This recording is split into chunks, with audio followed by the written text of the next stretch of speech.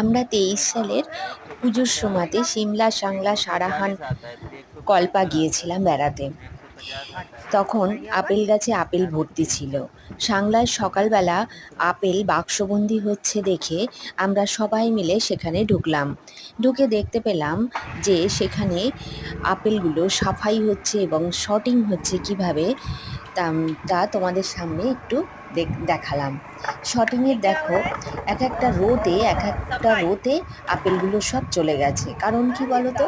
কারণ হচ্ছে যে এটা শর্টিং হচ্ছে, ছোট বড়, তারপরে একটু খারাপ, সেগুলো আর কি শর্টিং হওয়ার জন্যই ওরা একটা লাইনে চলে গেছে। তারপরে আস্তে আস্তে ওগুলো এক জায়গা দিয়ে বেরিয়ে যাচ্ছে। যাই হোক, অনেকটা দেরি হলো শেয়ার করতে। খুব ইচ্ছে ছিল এটা শেয়ার করার, ফোনটা খারাপ হয়ে যাওয়ার ফলে আমার অনেক দেরি হয়ে গেল এই ভিডিওটা শেয়ার করতে।